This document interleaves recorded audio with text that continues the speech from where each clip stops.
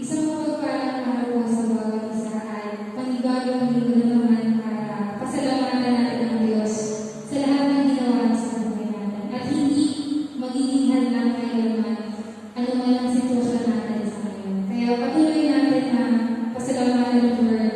Purihin natin siya at patuloy natin naisin na wala natin siya sa buhay natin. At yung pagnanais ng mas ibigin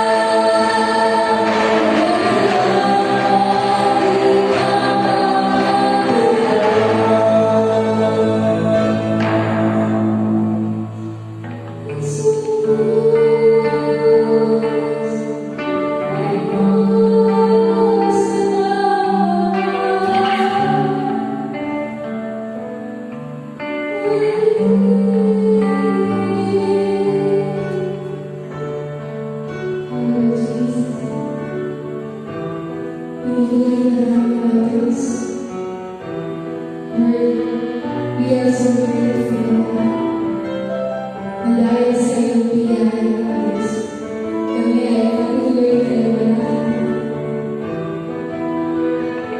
Even though we cannot feel kahit maraming pagkukulang kami nagagawa sa buhay, you remain faithful. Nananatili ang kapal, Panginoon, sa bawat isa. Nananatili ang mabuti, Panginoon. Lord Jesus, walang katumbas, Lord Diyos, walang kapantay, Panginoon. Lord Diyos, you deserve all the glory, Lord. You deserve the highest praise, Lord Jesus. Lord Jesus, dahil sa gano'n lang, Lord Diyos, hinahal sa lahat ng kapatid ko sa mga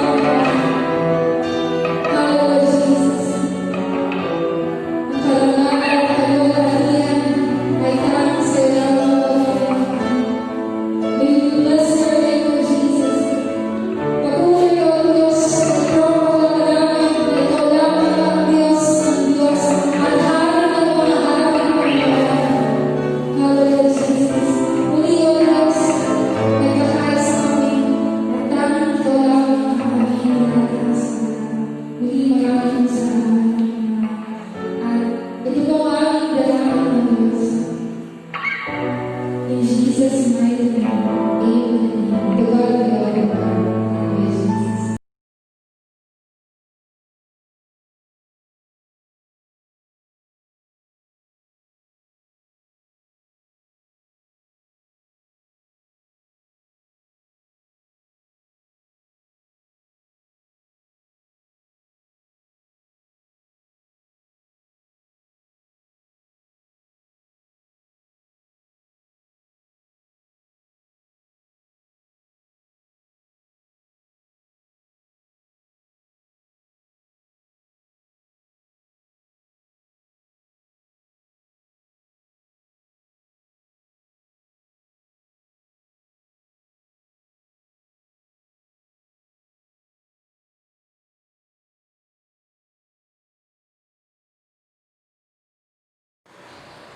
Mapagpalang umaga po sa bawat isa at napapasalamat po tayo sa Lord dahil ito po ay unang araw o unang Sunday ng July at talaga napakabilis ng panahon. Kamusta na po kayo?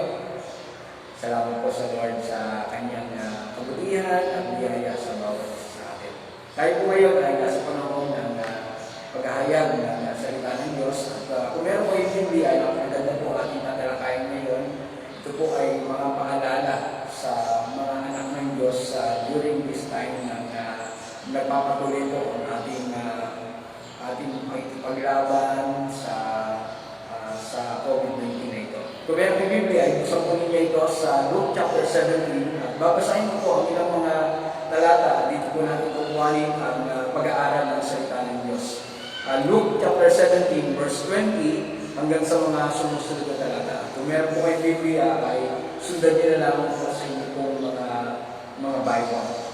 Babasahin ko po ito sa NIV version at gusto ko pong sundan niyo po ito sa inyo pong mga version, whether ito man ay Tagalog or English. Babasahin ko po sa NIV English version. Once, on being asked by the Pharisees when the kingdom of God would come, Jesus replied, "The coming of the kingdom of God is not something that can be observed, nor people say, 'Here it is,' or 'There it is,' because the kingdom of God is in your midst." Then he said to his disciples, "The time is coming when you will long to see one of the days of the Son of Man, but you will not see it. People will tell you, 'There he is,' or 'Here he is.' Do not go running after them. For the Son of Man in these days will be the lightning which flashes and lights up in the sky from the one end to other. But first, he must suffer many things and be rejected by this generation. Just as it was in the days of Noah, so also will be in the days of the Son of Man. People were eating, drinking, marrying, and being given in marriage up to the day Noah entered the ark, then the flood came and destroyed them all. Tayo ko natin yung po tayo po ay na. Dakilang Diyos, kami ay nagpapasalamat sa pagkakataon na ito na makakarinig kami ng iyong mga salita, paalala, babala sa bawat isa po sa amin. Upang sa ganoon, Panginoon, ay patuloy na naroon ang aming pananampalataya at pagtuon sa iyo sa kabila, Panginoon, ng mga nangyayari sa aming kapaligiran. Pagpalain mo ang oras na ito at paghahayag ng iyong mga salita. Ito po ay magkaroon ng rema o buhay sa bawat puso ng iyong mga anak na makikinig sa araw na ito. Ito ang dalangin sa pangalan ni Jesus. Amen. May mga ilang po mga humahanga po sa ilang mga trabaho na gusto ko sana ay ako rin ay maging ganon. Isa po sa mga hinahanga ko, yung po mga tinatawag ng mga analyst.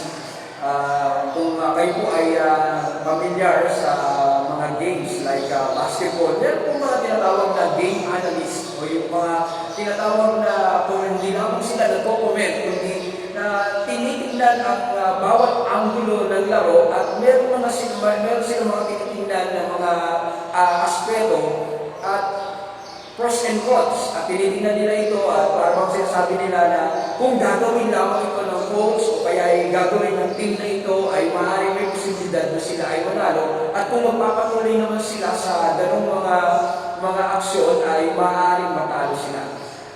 Maraming mga analysts, meron po mga game analysts, political analysts, social analysts, ang mga may mga ganong mga trabaho. Ang kanilang pong ginagawa ay mere on what they call observation. Sila po ay nag-observe ng mga nangyayari, and then hindi lamang sila nag-observe, tinitingnan nila yung mga patterns at ina-analyze po nila yung mga galaw ng bawat mga pangyayari. Ang dahilan po doon ay kapag sila ay nakakita ng mga observations, data o kaya mga patterns ay agad po nila itong meron silang mga tinatawag na mga recommendations. Alam nyo, mga kapatid, tayo po bilang isang mga mananampalataya ay kinakailangan maging analyst po tayo. When you say analyst or kinakailangan mag-observe po tayo. At sa Biblia ay mapapansin po ninyo na maraming mga verse o mga Bible verse na palaging mention po yung salita pong days or time. When you see your Bible, you can always find yung pong tinatawag na days or time o yung panahon sa Tagalog o oras in the Bible. Alam niyo po ba, there are about 751 times mentioned in the Bible. At kapag po nabanggit po yung salitang times or days, it talks about 4 things. One ay, it indicates days or hours. Ibig sabihin, kapag nabasa po natin yung days or time, simple lang po yan, oras o kaya naman araw. Pero meron po pong iba pong meaning po yan. Number 2 is, it is a command. Mapapansin po ninyo, meron tayong Bible verse, now is the time of salvation. In other words, it is a command. Ito ay pag-uutos na kinakailangan, ito na yung panahon para sa iyong kaligtasan. Pangatlo ay yung tinatawag na when you look at the word days and times in the Bible, you will find it is what do you call a challenge. O ito po ay isang hamon. At hindi lamang hamon, kundi isang babala. Pagka sinabing babala ay, ito po ay warning. Hindi po ito asawa ni Babalu, si Babala. Pagka sinabing babala ay, it is a hint or warning. Kaya nga sinabi niya, darating ang anak ng tao katulad ng panahon ni Noah, katulad ng lightning o ng kidlat. So, panghuli po na pagka nabanggit po yung salitang days or time in the Bible, it talks about reminder, paalala. Today, we're going to talk about reminders for God's people. Ang mga paalala para sa mga anak ng Diyos. Alam niyo, yung salita kong be watchful ay it also mentioned many times in the Bible.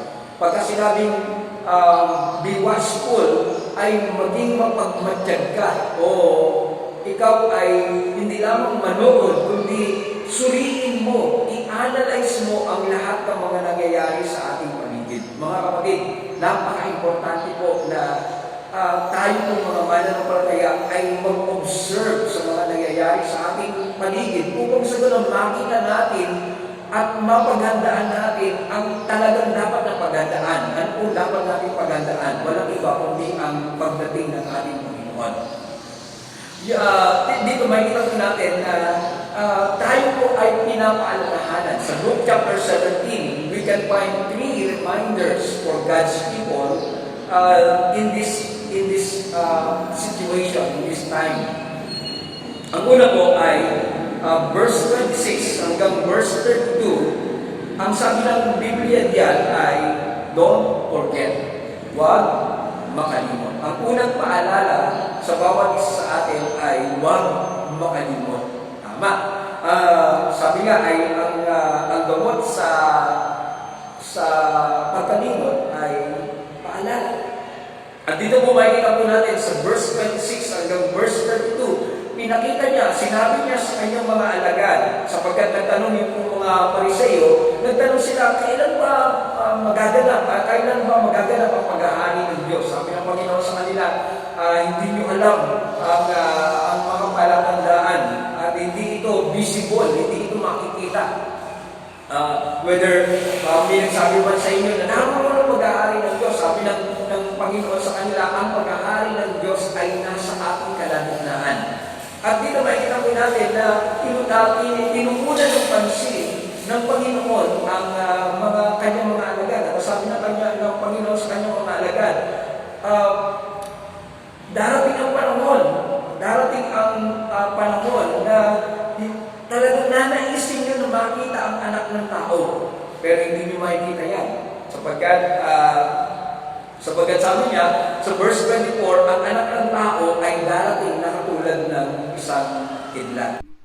At dito sinabihan ng Panginoon ang kanyang mga alagad na ang araw ng Panginoon o ang panahon ng anak ng tao ay katulad ng araw ni Noah. So sabi rito sa verse 26, just as it was in the days of Noah, so also will be in the days of the Son of Man. At pinakita ng Panginoon, ano ba yung panahon ni Noah? Sabi ng Panginoon sa kanyang mga alagad, people were eating, people were drinking, people were marrying and being given in marriage up to the day of Noah entered the ark. In other words, ay nung panahon na yon, si Noah ay abalang-abala sa paggawa ng arko at habang abala rin siya sa paggawa ng arko, nangangaral din siya ng salita ng Diyos. Ano ang ginagawa ng mga tao? Ang ginagawa ng mga tao ay deadma lang o kaya ay hindi nila pinapansin ang ginagawa o ang pinapahayag ni Noah.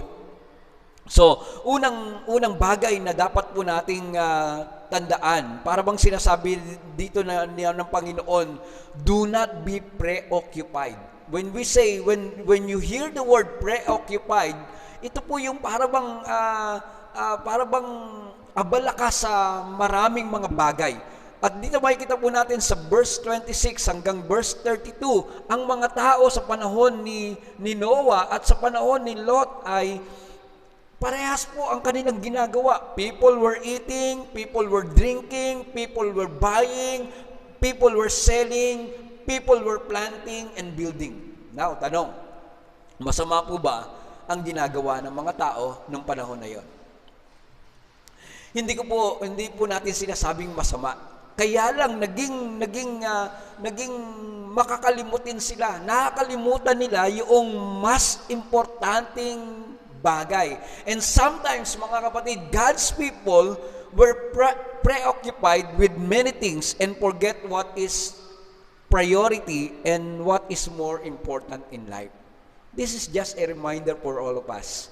Kailangan po nating mabuhay. Kailangan po nating magkapera. Kailangan nating maghanap buhay. Katunayan ay talagang ang Facebook ngayon ay napakarami ng mga online selling o kaya mga selling. Hindi po masama yan. Ako po ay naging bahagi rin ng pag-online selling. Hindi po masama yan.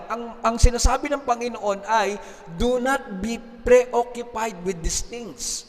This is just a reminder for all of us na kung minsan ay nakakalimutan po natin ang mas mahalagang o mas importante sa buhay po natin. Verse 27, sometimes God's people were preoccupied with pleasure of this world. Sabi ng verse 27, people were eating, drinking, marrying, and being given in marriage.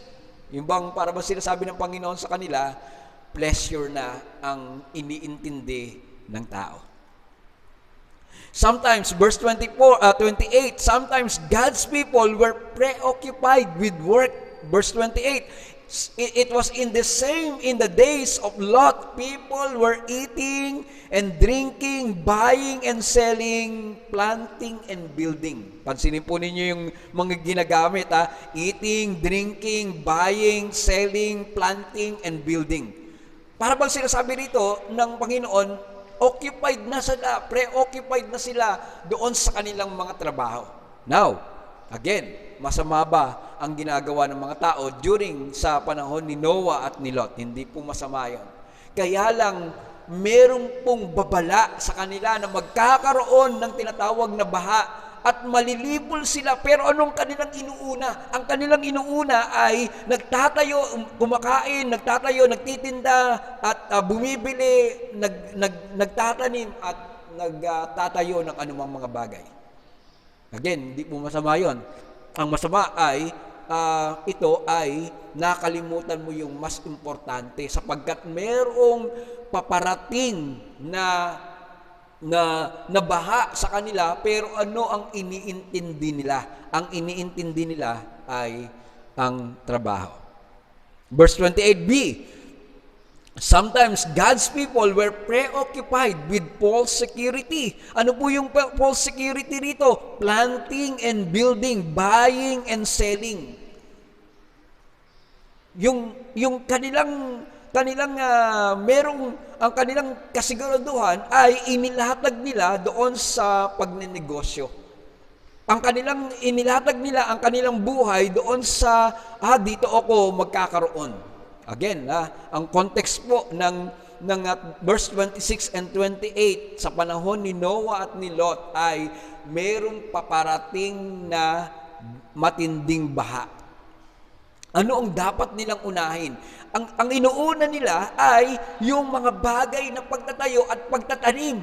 Anong silbi po ng mga bagay na yon kung darating po at tiyak na darating ang baha sa kanilang panahon? Ano mangyayari po doon? Para bang darating ang isang Yolanda o isang bagyo, tapos sa panahon na yon magtatanim ka. Ano pong silbi ng pagtatanim? Hayaan mo muna na lumipas yung bagyo, tsaka ka magtanim. Ito po yung pangyayari sa verse 26 hanggang verse 32.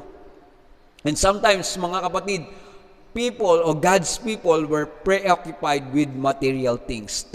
Verse 32, sabi ng verse 32, remember Lot's wife. Alam nyo, isa po yan sa pinakamaikling talata sa Biblia. Alalahanin mo ang asawa ni Lot. Remembers Lot's wife. Ito pong talatang ito ay napakaikli. At makikita po natin yan sa verse 32. Ano po ang nangyari? Sa panahon ni Lot, she turned back. Ang asawa po ni Lot ay tumingin. She turned back. Bakit po? Because her heart was still in Sodom. Alam nyo, mga kapatid, ingatan po natin ang ating mga sarili na maging ang ating puso ay maibigay natin, mailatag natin sa mga material na bagay. Palaging ang dapat nating kaisipan ay iiwan po natin ito any moment. At isang araw, haharap tayo sa ating Panginoon na wala ho tayong kadaladala, wala ho tayong daladala. At ito po yung sinasabi ng Biblia na paalala sa bawat isa sa atin sa Matthew chapter 6 verse 21. Where your treasure is, there your heart be also. Kung naasaan ang iyong kayamanan, ay naroon din ang iyong puso. Mga kapatid, pagka inilagak natin yung ating puso doon sa kayamanan, naroon rin ang ating puso, naroon din ang ating pag-iisip. At kapag nangyari po yun, mga kapatid, ay katulad ng nangyari sa mga tao sa panahon ni Noah at ni Lot, naiwan po sila at hindi po sila naligtas. Mga kapatid, gusto ko po sabihin sa bawat isa po sa inyo na tayo po ay tinulad sa isang binhi na dapat ay matanim sa mabuting lupa. Sa Mark chapter 4 verse 18, makikita po natin ay sabi rito, ang iba'y tinulad sa napahasik sa dawagan, ngunit sila'y naging abala sa mga bagay ukol sa mundong ito, naging maibigin sila sa mga kayamanan at nagmapaghangad sa iba pang mga bagay. Ano pa? Sabi roon, ang salita ay nawalan ng puwang sa kanilang mga puso, kaya't hindi sila makapamunga. Isang paalala, huwag makalimot. Ito po ay, dapat tayo ay ang ating maging prioridad. Ano ang pinaka-prioridad ng buhay natin? Ano yung pinaka-importante sa buhay natin? Mga kapatid, ang palaging tandaan po natin, ang pinaka-importante sa buhay natin ay ang mga bagay na espiritual. Again, hindi masama ang unahin ang pisikal o ang mga bagay na pangangailangan. Pero dapat ang palaging focus po natin ay doon sa mga bagay na espiritual. Number 2, na reminder, don't be selfish. Hindi lamang don't forget, but don't be selfish. Huwag kang maging makasarili. Verse 33, sabi ng Panginoon sa kanila, whoever tries to keep their life will lose it, and whoever loses their life will preserve it. Ang sino man, sabi rito, ang sino man na naghahangad na ingatan ang kanyang sarili ay mawawala ito. Pero ang sino man na naghahangad na mawala ang buhay na ito ay magkakaroon ng pakinabang.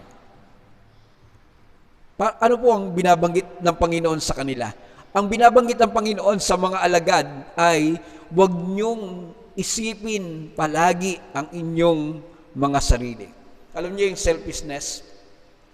Ang pagiging makasarili po ay, it is the attitude of being concerned with one's own interest above the interest of others. Sabi ng Google. Tinignan ko po yan sa Google.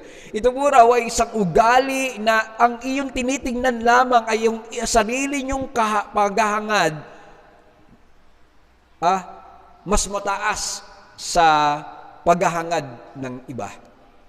In other words, pagka sinabing makasarili, alam na po natin yan. Yung pagiging tinatawag na palaging tinitingnan at tinitingnan ang iyong sarili. Sabi ni Dr. Tom Rainer at Dr. Charles Stanley, meron po silang mga symptoms of a selfish Christian. Meron palang mga selfish Christian, meron palang mga makasariling mga Kristiyano.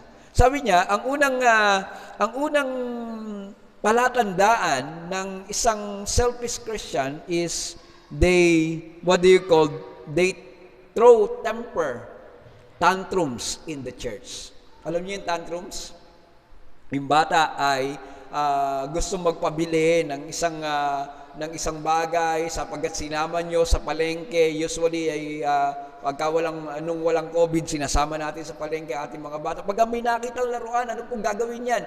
Gusto niyan ipabilin yun. At dahil ikaw ay yung nakitang laruan ay medyo may kamahalan, ang sasabihin mo sa kanila, eto na lamang. Pero yung bata, pinipilit na iyon ang gusto. At kapag hindi mo na ibigay, ano po mangyayari? Iiyak, magwawala, iyon po yung tinatawag na tantrums. Alam nyo, ang isang palang Kristyano, merong mga tantrums kung tawagin. Yung bang pagka hindi mo na ibigay ang isang bagay, ay sila ay magtatampo. Kapag hindi mo naibigay yung magandang serbisyo o kaya naman ay hindi mo naibigay ang kanilang hinihingi o ine-expect, magkakaroon po ng tantrums. Sabi ni Dr. Stanley, these are what do you call selfish Christians. Yung po tinatawag na me first attitude. Yung ako muna ang intindihin ninyo, wag ang iba. Alam niyo, sa panahon po natin ngayon, lalo na po na panahon ng COVID, kailangan po ang intindi natin hindi lamang sarili natin, kundi ang tingnan po natin ay ang kapakanan ng iba. Palagi ko po itong binabanggit nung nakaraang mga aking pag-message o paghahayag ng salita ng Diyos. Minsan, mga kapatid, limutin natin ang ating sarili. May mga pagkakataon nga na bibili na lang tayo ng isang bagay, hindi natin kailangan yon.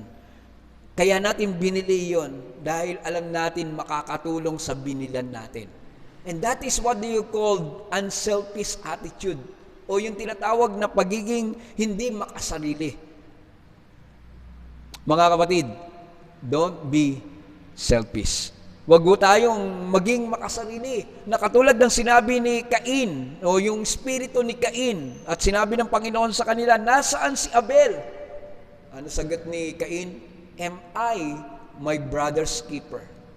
Ako ba ay tagapag-alaga ng aking kapatid? Mga kapatid, ito po yung dapat nating bigyan ng tuon sa ating buhay. Sa panahon po ng COVID-19, kamusta po kayo? Baka ang palagi nating iniintindi ang ating sarili at hindi na natin naiisip yung ibang mga kapatiran o yung ibang mga tao. Nakakapagkamusta ka ba o nakakapagbigay ka ba ng kamusta sa ibang mga tao sa pagitan ng maaring pagchat-chat, sa pagitan ng messenger? Naaalala mo ba sila sa pagitan ng iyong panalangin? O ang panalangin na lang natin ay katulad ng pagiging isang makasarili? Huwag natin pong tularan ang espiritu ni Cain. And then, sabi ni Charles Stanley ay ang isa sa mga symptoms ng isang Kristiyano na selfish is unwilling to give your part in the church. Na meron tayong isang kapatiran dito na nag-online selling. At maraming nagpapasalamat siya sa Lord sapagkat merong mga na-deliver siya at meron ng mga second delivery. Napansin ko lang yung kanyang isang post at hindi ko sasabihin sa inyo kung sino yon. Sabi niya, ang 10% dito ay kay Lord. Wow, natuwa ako.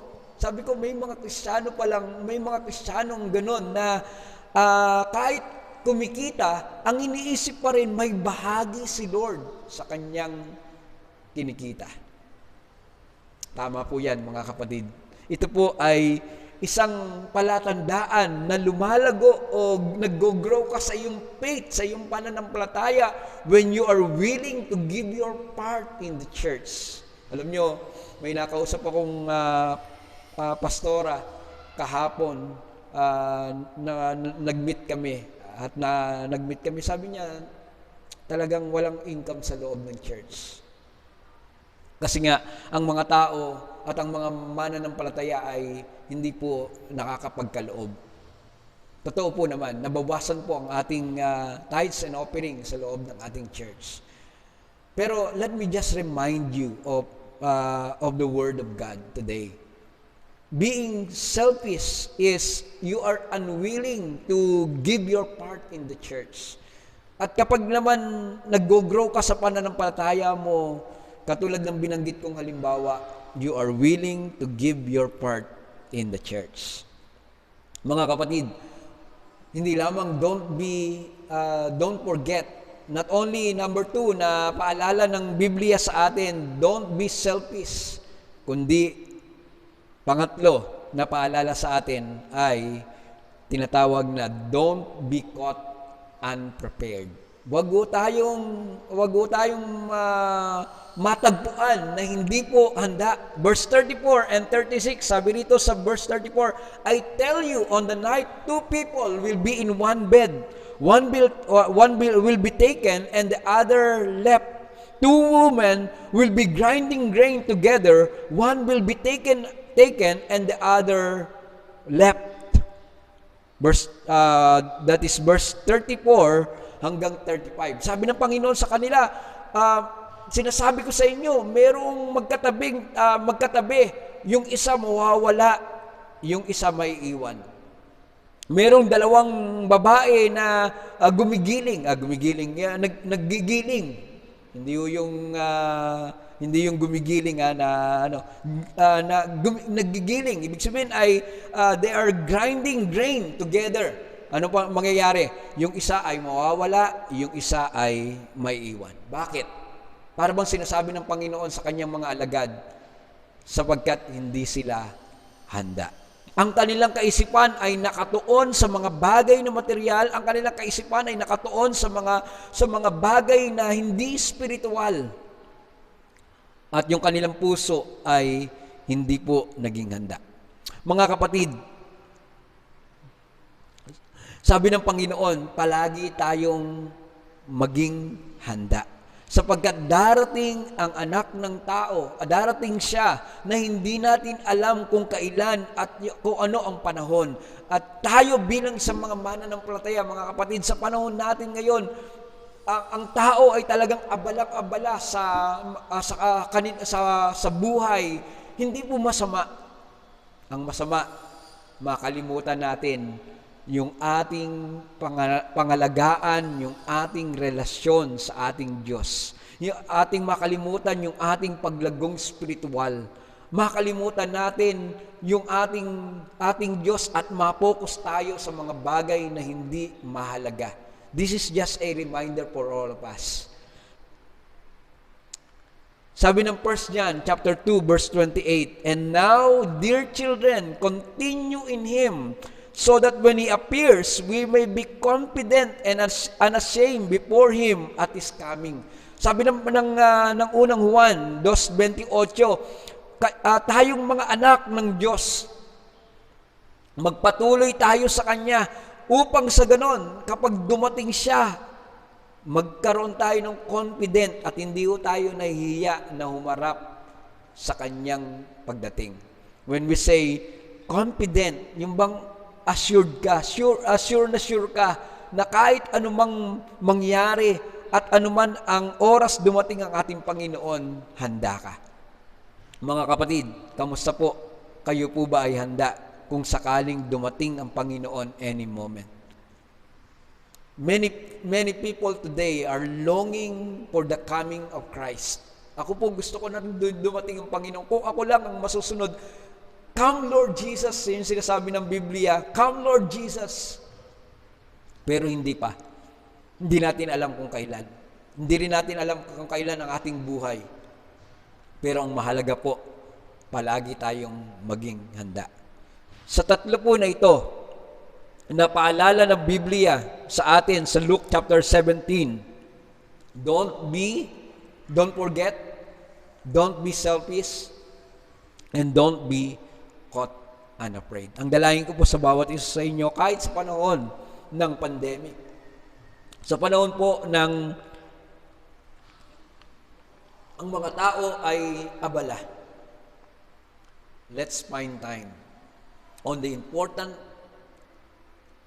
matters or important things in this life. And that is our relationship with God. As we grow in the Lord, we are growing in the Lord, motivated by God's love, nagpapatuloy po tayo sa ating buhay na kasama ang ating Panginoon. Nandalain ko po sa bawat isa sa inyo, sa bawat nakikinig, pagpalain po kayo ng Panginoon at nakikita ng Panginoon ang inyong puso na gustong sumunod sa Kanya. Magpatuloy lang po tayo sa Kanya at huwag nating kakalimutan ang paalala ng Panginoon sa bawat isa sa atin. Tayo po lahat ay yumuko at tayo po ay manalangin. Dakilang Diyos, salamat po sa mga salita mo na nahayag ngayong araw na ito at nagsilbi sa aming paalala Totoo po naman, Panginoon, may mga pagkakataon na kami po ay nakakalimot. We are preoccupied with so many things. We are preoccupied with material things. We are preoccupied with work, with business, with other things. And sometimes, Lord, we forget yung pinakamahalagang bagay, yung aming relasyon sa iyo. Lord, patawarin mo po kami kung minsan nakakalimot kami na makapagbasa ng iyong mga salita, makapanalangin. Nakakalimot kami, Panginoon, na alalahanin ka sa mga panahon, Panginoon, na hindi lamang kami ay masaya kahit sa mga panahon, Panginoon, na kami ay may mga problema. Lord, tulungan mo po kami na palaging ang laman ng aming puso ay ikaw. Upang sa ganoon, Panginoon, matagpuan mo kami na palaging handa. Sapagkat sinabi mo sa iyong mga salita na ang kaharian ng Diyos ay nasa inyong kalagitnaan. Naririto at naniniwala po kami, Panginoon, na ikaw ay isang araw, yung kaharian mo ay mangyayari at isang araw ay haharap kami sa iyong harapan. Kaya dalangin namin, Panginoon, wag kaming makalibot sa aming relasyon sa iyo. Huwag kaming maging makasarili sa mga bagay, Panginoon, sa aming imbis na unahin ng iba, at huwag kami, Panginoon, na maging handa. Kundi bagkos, Panginoon, palagi kaming maging handa na any moment ay ikaw ay dumating. Pagpalain mo ang mga salita mo na narinig sa umagang ito at magamit namin for living as a Christian, bilang isang namumuhay, bilang isang anak mo. Pagpalain mo ang mga salitang ito sa aming mga puso. Ito po aming dalangin sa pangalan ni Jesus. Amen. Good morning po sa bawat isa at salamat po sa Lord sa patuloy po ninyo ipanalangin ang ating mga churches, ang ating mga Kristiyano sa buong Pilipinas. Talagang kanya-kanya po minsan muna po tayo. Wala po minsan nagche-check sa atin, walang nagpapaalala po sa atin. Encourage yourself. Ang gawin po ninyo ay patuloy na kayo po ay maging matatag sa inyo pong pananampalataya at pagkakilala sa ating Panginoon. At ang inyong pong pamilya ay i-bless ng Panginoon at ipagkaloob ang lahat ng inyong mga pangangailangan. So, sa Teresa po ay meron po mga cases sa buong Pilipinas po ay dumarami pa rin ang cases. Ingat po kayo, stay home kung wala pong importanteng bagay na gagawin sa labas. Stay home and keep safe by the grace of God and by the power of God. So magandang umaga po sa bawat isa. Pagpalain po tayo ng Panginoon. At kung meron po kayong mga prayer requests at kung meron po kayong mga prayer concern, i-PM niyo po ako at pwede po natin itong maipanalangin. The Lord bless you. Magandang araw po sa bawat isa sa inyo sa araw na ito.